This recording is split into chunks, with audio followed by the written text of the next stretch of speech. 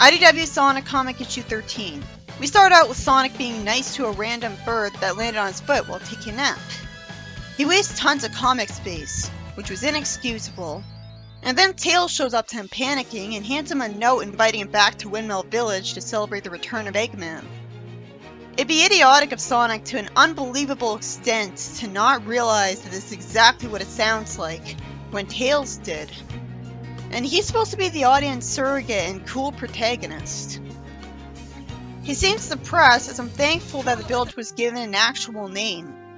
It's embarrassing that it took so long. He calls Tails buddy and says he'll race him there, being too stupid to simply carry Tails and run to the village. Unless we're supposed to believe that Tails can fly ahead as fast as Sonic can run ahead in the comics too. Starline asks Eggman if they had to be so overt because an ambush alone would have been good enough, and Eggman says that Starline himself said they should mess with Sonic's head. He puts his hand on Starline's shoulder, and we see a Sonic CD flower get roboticized, minus the processed wood. I call it as I see it. I would have been a lot more surprised at this if this hadn't been spoiled for me on the internet. After Eggman tells him to bring him the animals, and I wonder what took him so long to get this technology developed. So it better be explained that he's a decade younger than we expect. Sonic shows up to the village and sees the village elder tied to something in an empty town. He's told that some thugs showed up in the town, and Eggman was kidnapped a week ago. And no one could find Sonic to tell him. Even if Sonic had a cell phone and got called about it right away, or had a Facebook account, he was busy fighting Metal Sonic. Sonic sees Rough and Tumble again, who are as impossibly confident in front of him as always, instead of intimidated like they should be. Sonic says that the name of the town he saw them in was Barricade Town. Okay, because of the rampart walls surrounding it. It's embarrassing that it took this long for us to be told its name. Even then, you think with all of the robots running around, you think that would be far from the only town with barricades around it. So Barricade wouldn't even be that interesting of a name. Now, if Sonic had a brain here, he'd just instantly start homing attacking one of them repeatedly and put him out of commission with his super speed. Maybe not killing him, but injuring him for sure. Instead, this whole story is going to be written like unrealistic horseshit garbage. If you were controlling Sonic in a game right now, you'd start homing attacking him. Sonic was given an unreasonably tough time with them last time, and now he's just casually facing them alone? One of them can catch his spin dash. I don't know why Sonic's even trying to talk to them. They're so annoying. What a dipshit. Why doesn't he just smack them? Smack them into each other. He would have won by now. Meanwhile, after we see a rabbit get roboticized, the pig gets some of the metal infection on him too. I guess the virus is made of nanobots for that to work. But the rate that it's spreading is much slower than you thought. I don't buy that at all. Eggman made these nanobots. I'm pretty sure if he programmed them to spread at a certain speed, they would have no choice but to do so. The rabbit shows aggressive tendencies without direction, which is considered a bonus. I don't believe this could possibly be an accident. The only way it can make sense that it does its job differently is maybe Metal Sonic interfered with them. Maybe Sonic really did get through to him when he said that he owes Eggman nothing. But it backfired because Metal Sonic doesn't have to be good just because he gets sick of Eggman. Sure, the rebelliousness was removed from his code, but how did the rebelliousness get into his coding in the first place? If it could spontaneously show up in Sonic Heroes, then what's stopping it from showing up again? Metal Sonic wanted to rule a robot empire in Sonic Heroes, so that implies that he'd support more people being robots like him. A robot version of an organic being would actually make more sense for someone who wants robotization, so he messed with the metal virus behind their backs. That's what I would write. He just found his way to a computer and reprogrammed the metal virus. It's easier to understand something strange happening with technology because it was programmed that way on purpose. I don't see why it had to be written that any of this was an accident. Eggman said he wanted to make the world suffer. This is gonna do that. Why is Flynn allergic to making characters truly competent in an action series, where by definition the main characters are expected to be cool? Why would Eggman be surprised? Wouldn't he want a virus to be encouraged to spread? Also, it would be common sense of him to make himself immune to it. Unless he doesn't actually care whether he's infected, because it make him bother Sonic anyways, and that's his plan anyways. If he's in close proximity to these things, it's inevitable that he'd get roboticized too. I hope that happens, because it would be awesome to see him get roboticized again. He was a badass when that happened in Archie. And it doesn't have to change his design, because he could be painted to look the same colors you'd expect right afterwards. Also, the mandates aren't for Flynn anyways, they're for the other writers, to keep the comic from getting too weird without his approval. Which is why they used Metal Overlord and had Sonic shed tears just fine. So Flynn's allowed to change the characters' designs. He tells an animal to grab a flower, or else he'd let an animal get her. He tells her to touch the flower to each of these samples, like a rock, sub, and badnik, and it does nothing. Eggman says that his metal virus is a complete success for making robots slaves. Eggman asks Starline how he found him when Metal Sonic has robots scouring half the globe. It's so sweet that he's not remotely mad at Metal Sonic for taking over his position and impersonating him. Starline says that Metal sent a finite amount of sensors over a limited range, which takes time, but he had the Warp Topaz. He shows him a portal that shows him the other side of it, which is just like the Zone Link generator that Penders came up with in issue 150, but it's a gem instead of a machine, so it's just barely not taking his idea. And he explains that he looked farther in hours than badniks do in days. How does Starline operate the gem? There's no buttons on it. I guess he imagines the portal's view as zooming into a particular area, and imagines it as moving the camera to the right or left if he wants. But that still doesn't explain how he has complete control over where the portal appears. That'd still require an interface, like a keyboard to type down instructions, right? For example, there's plenty of fields all over the world. If he wants, say, a field in Russia, well, he's going to be imagining a field that he's familiar with, so it's not going to appear in Russia. Or did he just give a vague instruction, like, go to the east part of the continent? I guess he verbally instructs it on where to put the portal, and it picks up from where he left off when he's done. So it's smart enough to understand voice commands, to get more clear instructions. No, God forbid the comic explain how it works. So I have to stop everything to figure it out myself. Starline says that he didn't even sleep until he found Eggman, and he made himself quite ill in the process. So at least that's realistic. They start spying on Sonic, who somehow, perplexingly ends up getting hit despite how fast he is. Why isn't he repeatedly homie attacking them like the Egg Hornet? How could he not have a homie attack in IDW?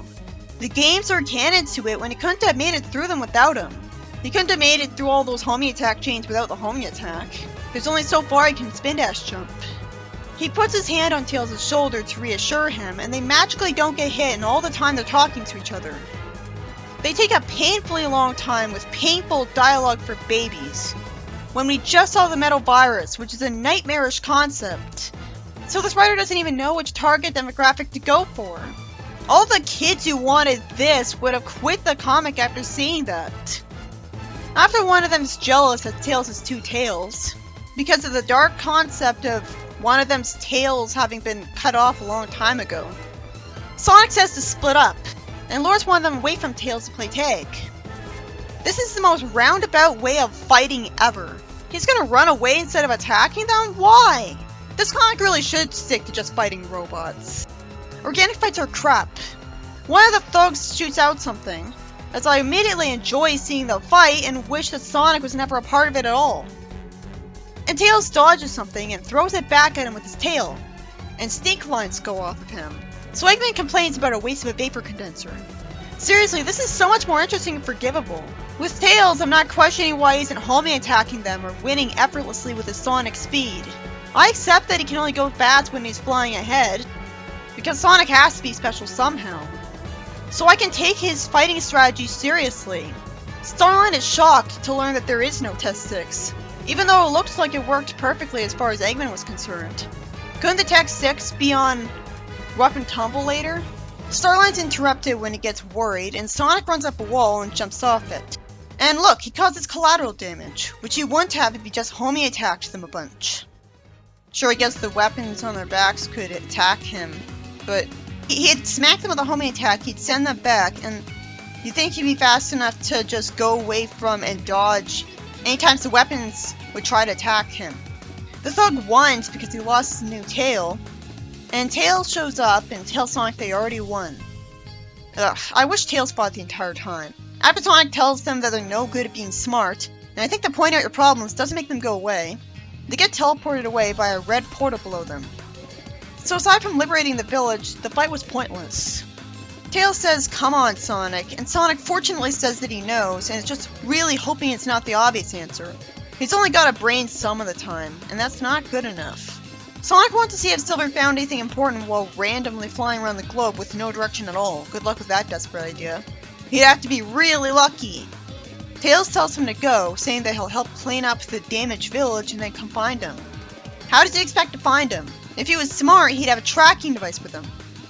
Sonic thinks that with the weird random attack and him getting separated from Tails, this is just like how things started with Metal Sonic. Again, point out your problems doesn't make them go away. The writer knows he's predictable and formulaic, but doesn't see how it's a bad thing. It is minor compared to other problems. There's no reason to always make it the same way, but whatever. There's much worse problems in the story. It's fine to be predictable if the writing is good, but Eggman sees his thugs begging him to give them another shot. I want them roboticized at this point.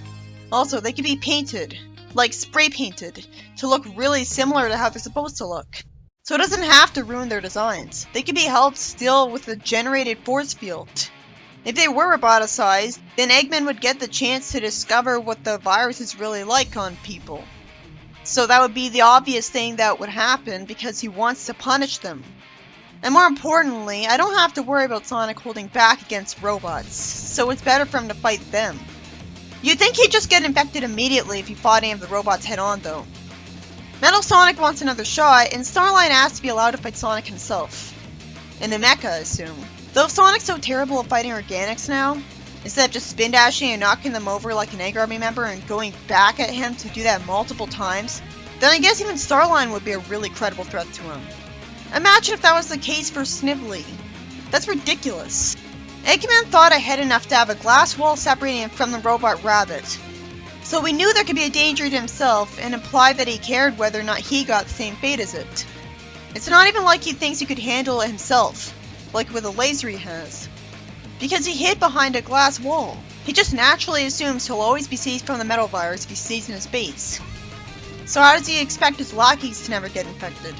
I guess he doesn't care and he doesn't really have to get them back. It'd be common sense of him to have an antidote developed in case he gets infected if he doesn't want to be. Starline could use it on him, or a robot programmed to do that. But that would require Eggman to have a brain. And if this is a glitch, he doesn't.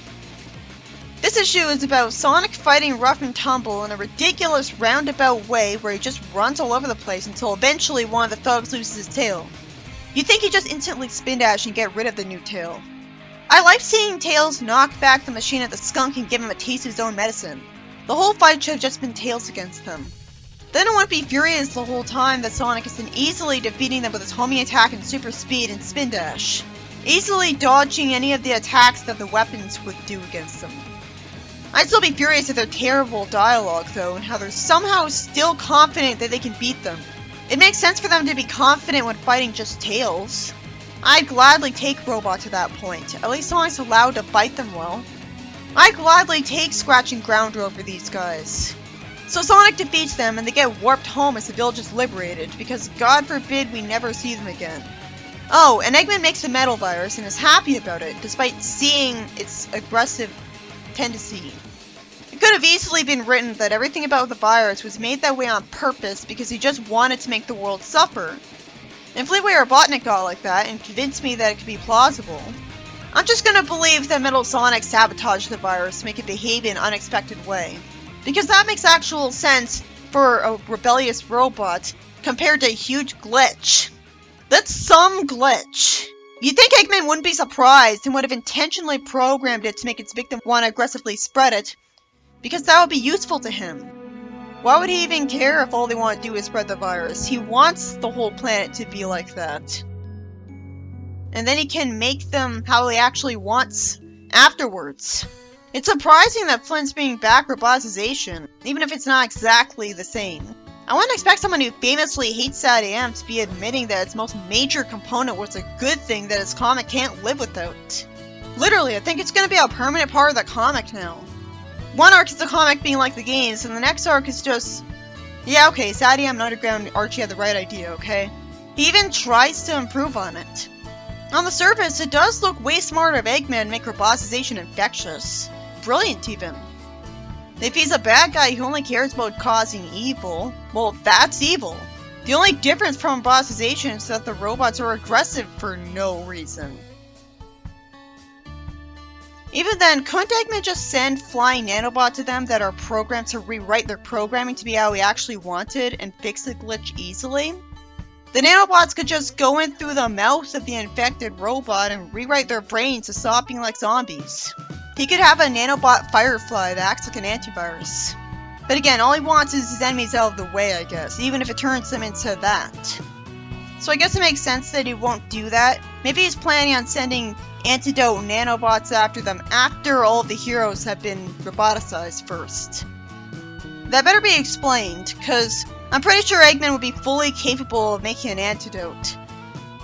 Like, I can understand him panicking thinking he can't fix it at first, but the longer the arc would go on, the more ridiculous it would be.